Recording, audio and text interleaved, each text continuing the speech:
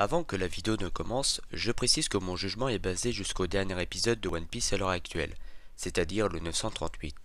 Il pourrait donc changer à l'avenir. Merci de ne pas spoiler les éléments des scans, et attention à ceux qui ne seront pas à jour avec l'anime. Bon visionnage.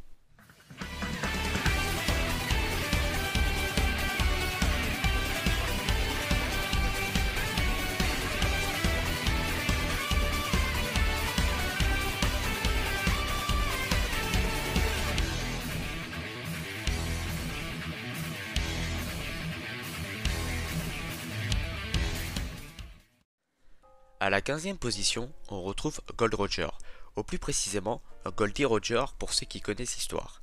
En effet, il est le pilier de l'histoire de One Piece, c'est à partir de lui que tout commence, et notamment l'ère de la piraterie que nous connaissons tous. Pourquoi j'ai décidé de le mettre aussi haut dans le classement? C'est parce que tout simplement, il incarne le pirate par excellence, et c'est un modèle pour toute personne rêvant d'être pirate, comme El Famoso Luffy. Juste avant son exécution qui a eu lieu à Larktown, sa déclaration sur le One Piece déclencha la nouvelle ère. Mais ce que je trouve incroyable avec ce personnage, c'est qu'il a l'air d'être resté accroché à ses convictions depuis toujours, et ce, même aux prémices de la mort. Son sourire et sa détermination dans le regard montrent qu'il est le plus grand pirate que le monde ait jamais connu.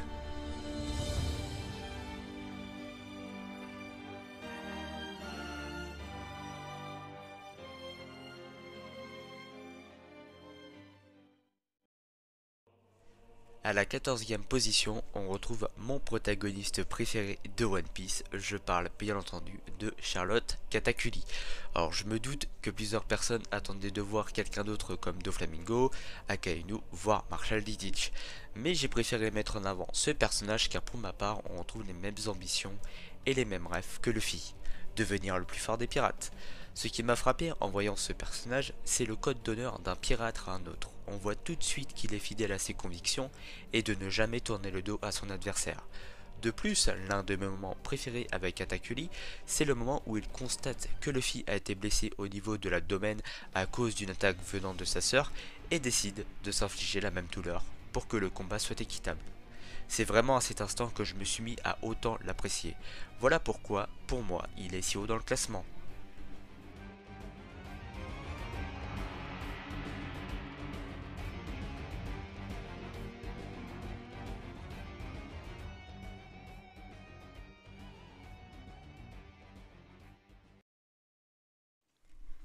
À la 13e position, on retrouve cette fois-ci non pas un pirate, mais un soldat de la marine, Monkey D. Garp. Si j'ai décidé de mettre Garp à cette place, c'est parce que j'adore la relation qu'il a avec son petit-fils Luffy, et plus particulièrement celle avec Ace. Je rappelle que Garp a rencontré à plusieurs reprises le roi des pirates, et dans l'une de ces dernières rencontres, Roger lui a demandé de prendre soin d'Ace et de l'élever comme son propre fils. Alors que Roger est un pirate, Garp accepte quand même le souhait du roi des pirates, car pour lui, Ace ne devrait pas subir les conséquences de son père. De plus, on peut constater que pendant la guerre à Marineford, il n'est pas d'accord de voir Ace mourir, et ce n'est pas tout. Pendant la guerre, il n'y avait pas qu'Ace qui allait mourir. Il y avait aussi son petit-fils qui voulait à tout prix sauver son frère, même à y laisser la vie. Ce qui confirme ce comportement, c'est le moment où Luffy est à deux doigts d'arriver à l'échafaudage où se trouve Ace, sauf que pour y arriver, il doit battre son grand-père et décide de lui asséner un coup au visage, et au même moment, Garp décide de ne pas réagir et se laisse frapper pour que Luffy arrive à ses fins. Enfin, ce qui m'a fait apprécier encore plus le personnage, c'est quand Akainu réussit à tuer Ace et que Garp, sous l'effet de la colère et avec une envie de meurtre, décide de se diriger vers celui qui a tué son petit-fils spirituel. Cet aspect de lui montre bien qu'il est partagé entre ses devoirs au sein de la marine et le fait de vouloir protéger sa propre famille. Avant la mort de Ace, on le voit évoquer sa tristesse avec celui-ci au bord de l'échafaud. Il dit même à Sengoku de le stopper au cas où il commettrait l'impossible, ce qui finit par se produire par la suite. Voilà les raisons qui m'ont poussé à mettre Garp à la 13e place.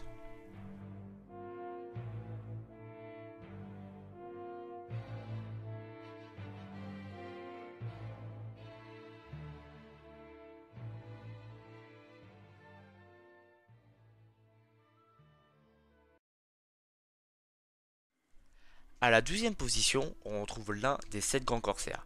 Il s'agit d'une femme et pas n'importe laquelle. Je parle de celle qui est réputée pour être la femme la plus belle au monde, Boa Hancock. J'ai décidé de la mettre dans ce top car premièrement elle a aidé Luffy à plusieurs reprises comme par exemple l'infiltration dans la pire prison Impel Down. Pendant la guerre au sommet elle lui a donné la clé pour libérer Ace même si elle ne fut pas utilisée. Elle a arrêté plusieurs ennemis qui étaient en train d'attaquer Luffy comme par exemple Smoker, un pacifista et bien d'autres. Deuxièmement elle a offert à Luffy un endroit pour qu'il s'entraîne avec Rayleigh pendant 2 ans et après ça elle l'a emmené à l'archipel des Sabaody pour qu'il retrouve son équipage après le triste événement qui a eu lieu 2 ans auparavant. Ce que j'adore voir en Boa, c'est son amour envers Luffy et son implication pour qu'il soit sain et sauf. Elle est toujours là pour lui et elle ferait n'importe quoi pour que Luffy reste avec elle. Mais attention, l'un des moments marquants de son histoire, c'est quand elle et ses sœurs étaient esclaves des dragons célestes, mais qu'elles ont été sauvées par l'illustre Fisher Tiger. Cet événement ne fut pas sans conséquence car elle garda la trace de cette tragédie avec sa marque d'esclave sur le dos et resta marquée mentalement, d'où sa haine envers tous les hommes qui sont justement à l'origine de cet horrible passé. Cependant, elle reste une femme fière et respectée de toutes les femmes de son pays et on espère bien entendu qu'elle finira avec l'homme qu'elle aime, Luffy.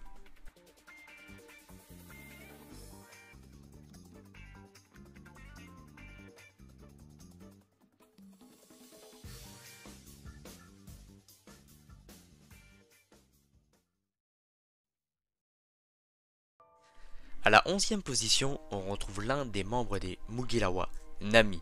J'ai décidé de la mettre dans ce top parce que j'ai adoré son développement dans l'arc Arlong où l'on apprend son passé et ses motivations pour récupérer son village. Dans son passé, nous avons appris l'existence de sa belle-mère, qui portait elle-même ce nom. Elle sacrifie sa propre vie pour sauver ses 2 filles, car elle n'avait plus d'argent pour payer les taxes que demandait Arlong à chaque habitant.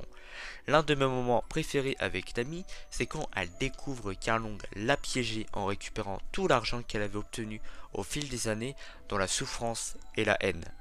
Choquée d'avoir été bernée depuis qu'elle est sous ses ordres, Nami décide de se poignarder au bras gauche au niveau du tatouage d'Arlong pour sortir toute sa haine qu'elle avait accumulée contre lui. À cet instant, nous avons pu voir l'un des meilleurs moments de l'œuvre, quand Luffy arrête le poignard de Nami et lui donne son chapeau de paille pour lui exprimer sa confiance, son amitié et son soutien pour sa douleur et sa tristesse. On le sait tous. Même après avoir vu le tout premier épisode, Luffy qui prête son chapeau de paille, c'est pas avec n'importe qui. Donc quand il fait ça pour Nami, et qu'elle le sait, l'impact émotionnel est bien plus important. Bien entendu, il y a pas mal de moments que j'ai adoré avec Nami, mais ce moment reste très important pour l'histoire et la relation entre Luffy et elle.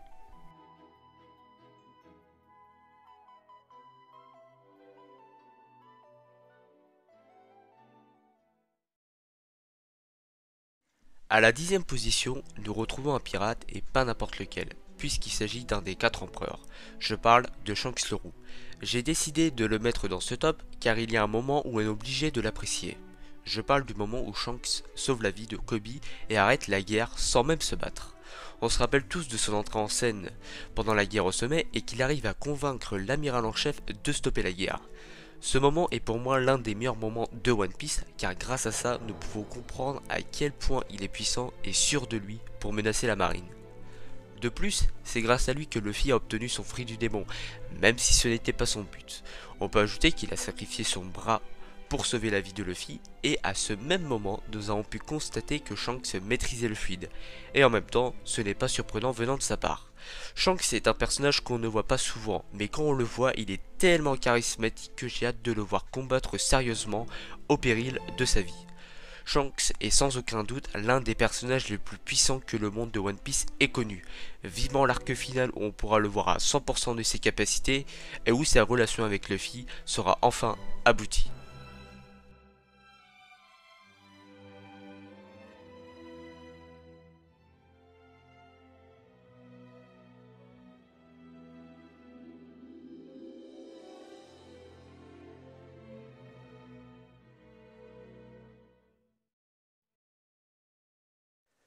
À la 9e position, on retrouve un ancien membre de l'équipage du roi des pirates, je parle de Sivers Riley. Je vais être direct avec vous, ça va être très rapide. Riley, c'est juste un monstre. Il a réussi à tenir tête à l'un des 3 amiraux, il a entraîné Luffy pendant 1 an et demi. C'est grâce à lui que Luffy maîtrise le fluide et qu'il est tellement puissant à son retour sur l'archipel des Sabaody. De plus, il a ajouté le revêtement sur le bateau des Mugilawa pour qu'il puisse aller sur l'île des hommes poissons. On peut ajouter qu'il a connu le roi des pirates, donc s'il a décidé d'entraîner Luffy, c'est pour une bonne raison. Pour ma part, j'ai adoré la relation entre Rayleigh et Luffy. Je pense que Luffy considère Rayleigh comme un mentor, quelqu'un sur qui il veut prendre exemple. Et on voit très bien qu'ils sont très proches quand ils se retrouvent sur l'archipel. Luffy remercie Rayleigh de l'avoir entraîné, et de l'autre côté, nous voyons les larmes de Rayleigh en voyant son disciple qui lui rappelle Roger, partir à l'aventure.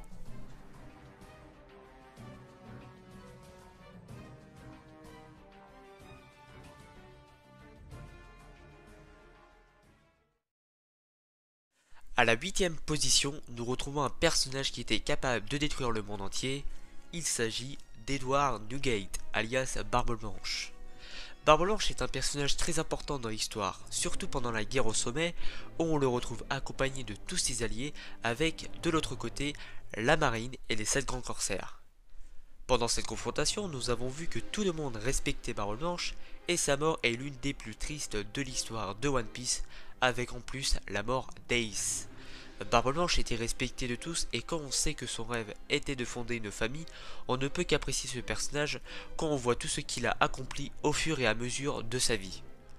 L'un de mes moments préférés avec ce personnage, c'est quand il déclare devant le monde entier que le One Piece existe et que quand quelqu'un le trouvera, le monde sera bouleversé.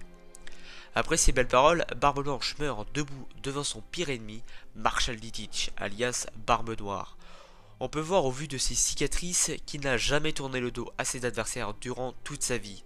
Cette mort annonçait la fin d'une ère et l'arrivée d'une nouvelle.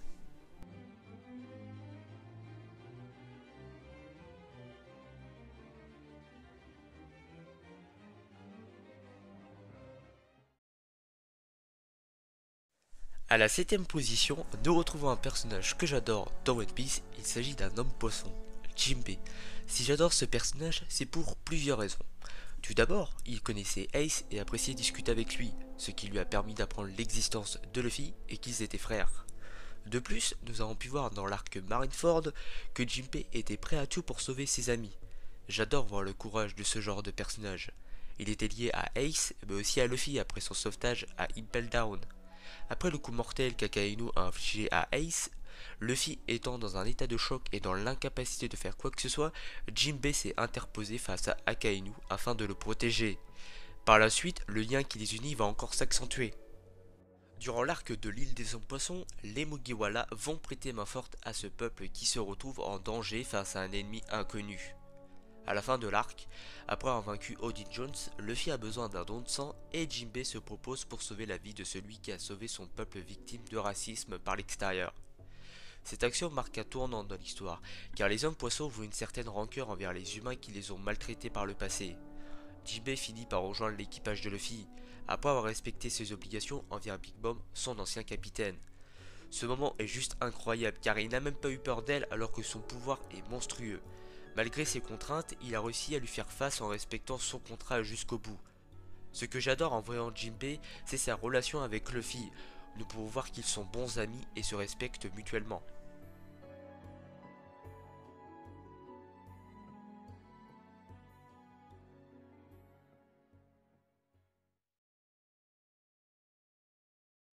À la 6ème position, nous retrouvons l'un des frères de Luffy, Sabo. Sabo est l'un des personnages que l'on voit assez tard dans One Piece, mais ce n'est pas pour cette raison qu'il n'est pas un personnage important, loin de là. Tout d'abord, comme je l'ai dit précédemment, c'est le frère de Luffy et Ace.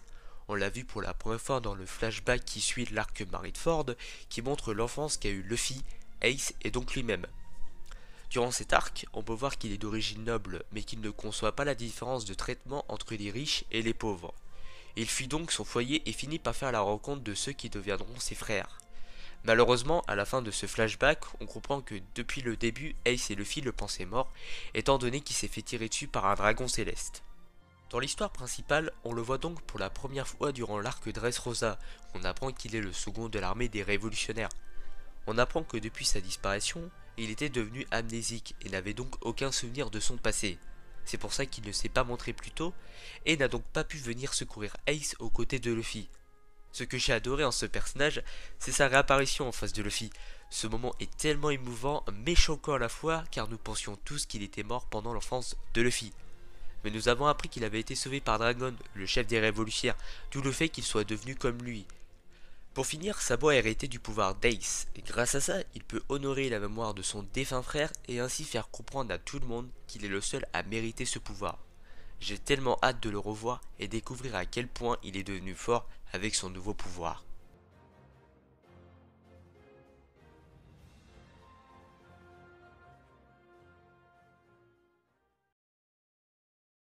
À la cinquième position, nous retrouvons l'autre frère de Luffy, il s'agit bien entendu de Porcas the Ace.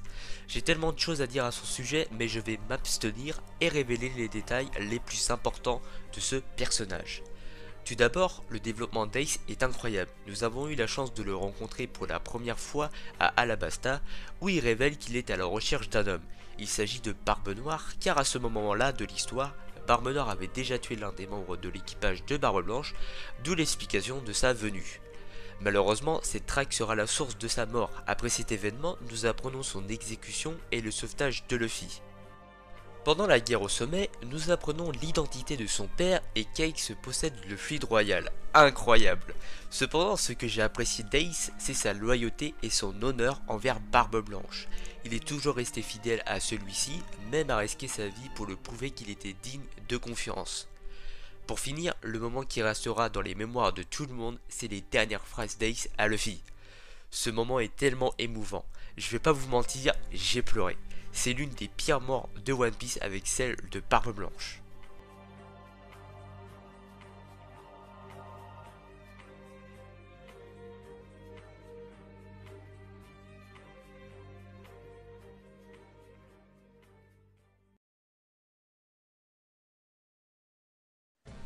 À la quatrième position, au bord du podium, on retrouve l'un des 11 supernovas, Trafalgar Law. Au plus précisément, Trafalgar dit Waterloo. On ne va pas se le cacher, le meilleur moment de ce personnage, c'est quand on découvre son passé et le lien qu'il a avec Doflamingo et son frère Corazon. Dans son passé, on apprend sa véritable identité et les raisons de cacher son vrai nom aux yeux de tout le monde. On apprend également qu'il souffre d'une maladie incurable et qu'il risque de mourir d'ici peu. Cependant, grâce à l'aide de Corazon, Law récupère un fruit du démon qui lui sauvera la vie. Mais malheureusement, Doflamingo apprend la vérité et décide de tuer son frère. Le fruit de l'eau étant ce que convoitait depuis longtemps Doflamingo. Cela crée un impact encore plus fort pour les actes qui se dérouleront au fil de l'histoire. Au même moment, Law entend la discussion et les balles qui tuent son ami Corazon. Ce moment fait bien entendu partie des pires morts dans One Piece. On peut ajouter que Law est un personnage très important par son acte pendant la guerre au sommet. Il sauve la vie de Luffy et celle de Jinbei. De plus, il retrouve Luffy à Puck Hazard où il lui propose une alliance. Depuis cet instant dans l'histoire de One Piece, Luffy restera avec Law et une amitié se forgera jusqu'à aujourd'hui. J'apprécie beaucoup les liens qui unissent l'équipage de Law avec celui de Luffy. On peut voir que Law est prêt à tout pour réduire en poussière tout ce que Doflamingo et Kaido ont mis en place avec leur usine à Smile à Dressrosa et les conditions de vie atroces affligées aux personnes les plus pauvres à Wano. J'attends avec impatience les nouvelles révélations à Wano et ainsi voir la réaction de Law car il se sent coupable de la mort de Corazon et souhaite lui faire honneur en démantelant l'organisation de Kaido et en même temps le tuer.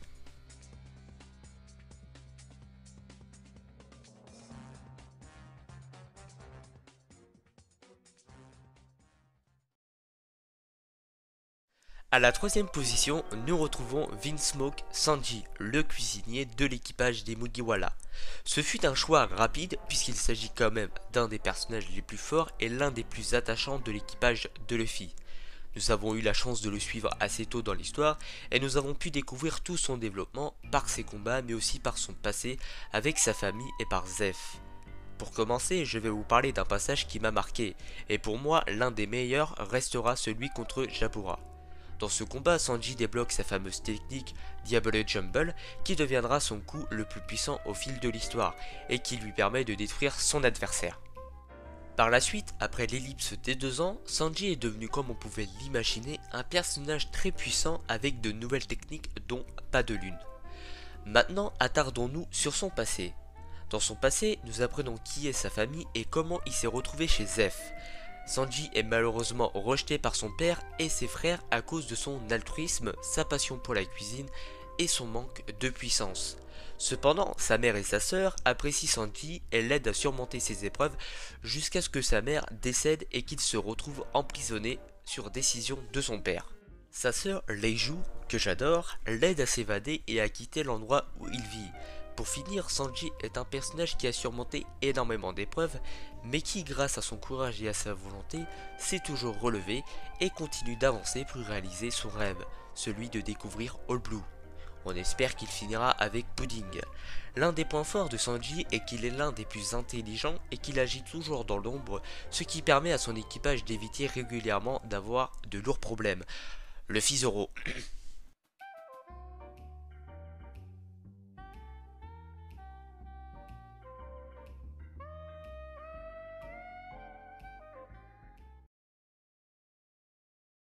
À la deuxième place, nous retrouvons celui qui est décrit comme étant le vice-capitaine de l'équipage des Mugiwara, Roronoa Zoro. Zoro est un personnage qui est mis en place dès le premier épisode de One Piece. Il est le premier personnage à rejoindre l'équipage de Luffy. Ce que j'aime beaucoup en lui, c'est sa loyauté envers Luffy et le sacrifice qu'il a fait pendant l'arc Thriller Bark. Ce moment est l'un des plus honorables qu'on ait pu voir dans One Piece. Zoro a préféré sacrifier sa vie pour sauver son capitaine, mais surtout sauver son ami qui lui est cher. Même si Zoro n'est pas mort pendant cet arc, et bien heureusement, son geste reste héroïque et prouve sa loyauté et son amitié à Luffy. Après l'ellipse des 2 ans, nous retrouvons un Zoro transformé par sa cicatrice à l'œil gauche et il est devenu, comme pour Sanji, un adversaire encore plus redoutable. Ce que j'ai apprécié durant les 2 ans d'entraînement de Zoro, c'est qu'il a été entraîné par le meilleur sabre au monde, Dracul Mihawk, alors que c'est l'adversaire qu'il veut à tout prix battre. Et oui, n'oublions pas que l'objectif de Zoro est de devenir le plus grand épéiste et donc de prouver au monde entier qu'il est le plus fort dans ce domaine. Pour finir, j'aimerais dire que Zoro est un personnage calme, posé et droit. Il déteste l'injustice et pour ma part, j'adore ce genre de développement dans One Piece. Il y a tellement de choses à dire sur ce personnage, comme par exemple la fois où il a sauvé Tashigi et tué Mona et grâce à son regard qu'il l'a fait tétaniser, ou encore sa technique à 9 sabres contre Kaku. Malheureusement, cette technique n'est pour l'instant plus utilisée. Zoro est un personnage très appréciable par ses techniques, son attitude et sa relation qu'il a avec les membres de son équipage, surtout celle avec Luffy. J'ai hâte de voir le duel contre Mihawk et voir l'avancée de son développement.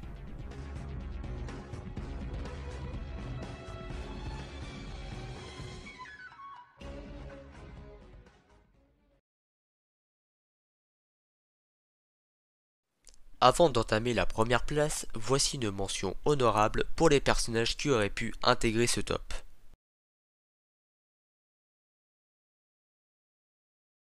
À la première position, nous retrouvons bien entendu Monkey D. Luffy. Je pense que la plupart d'entre vous seront de cet avis, mais je vais quand même vous expliquer pourquoi Luffy est à la première position pour moi. Tout d'abord, il est le personnage principal de One Piece, donc son développement est forcément très important et intéressant à voir. Luffy veut devenir le roi des pirates et pour ça il a besoin d'un équipage et surtout des compagnons qui peuvent l'aider à réaliser son rêve. Tout au long de son périple, il a rencontré pas mal de personnes qui pour certaines se joindront à lui. Pour l'instant, Luffy a un équipage qui se compose de 9 membres et il a livré énormément de combats à leur côté. Pour ma part, ses combats les plus mémorables sont ceux contre Rob Lucci à Enies Lobby, Gecko Moria à Thriller Bark, Doflamingo à Dressrosa et enfin Charlotte Katakuri à Whole Cake Island qui est pour moi le combat le plus difficile que Luffy ait eu à surmonter. Le développement de Luffy est pour moi très réussi. On apprend l'identité de son père et on a pu voir son enfance passer avec ses frères Ace et Sabo. Luffy ne connaît pas ses parents et j'espère que par la suite, il rencontrera son père et lui expliquera les raisons de son absence ainsi que celles de sa mère. Si j'ai décidé de mettre Luffy à cette place, c'est qu'il est mon personnage préféré. J'ai tout de suite adoré son honnêteté, ses blagues et son côté naïf, mais c'est ce qu'il fait qu'il est unique en son genre. En plus, Luffy possède le Fluide Royal, qui est un pouvoir que très peu de personnes possèdent. et grâce à Riley, il a réussi à l'éveiller tout comme ses autres fluides. Pendant son aventure, il a fait face à des situations critiques, comme par exemple le tragique événement à l'archipel des Samondi, où il a vu tout son équipage disparaître sous ses yeux sans rien pouvoir faire. À ce moment-là, Luffy ne pouvait pas réagir, il était trop faible face à ses adversaires. Mais le cauchemar continue avec la mort de son frère, Ace, alors qu'il cherchait à le sauver. Rien qu'à en parler, ça me donne des frissons. Cependant, grâce à Jinbei et l'aide de Rayleigh pour son entraînement, Luffy a remonté la pente et a retrouvé sa motivation pour réaliser son rêve, devenir le roi des pirates. Tout ce que j'espère, c'est qu'il devienne plus fort et éveille son fruit du démon, car pour l'instant, il ne peut pas faire face aux empereurs. Connaissant Luffy, il va trouver une solution et réussir à nous faire rêver comme il le fait toujours.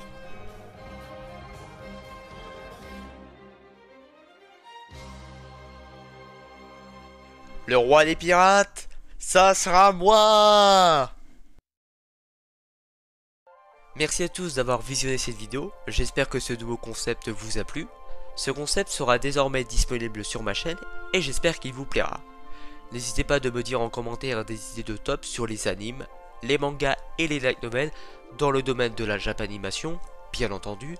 Pour ce concept, j'ai été aidé par un ami et je l'en remercie. Il s'est occupé de faire cette nouvelle intro que je trouve incroyable, du montage et m'a aidé pour l'écriture. Merci beaucoup pour son aide. Donnez-moi votre avis en commentaire, ça m'aide énormément. N'hésitez pas de liker, de commenter et de partager la vidéo si elle vous a plu. N'oubliez pas de vous abonner si ce n'est pas fait. Et puis moi je vous dis à la fois prochaine pour une prochaine vidéo. Allez, salut tout le monde!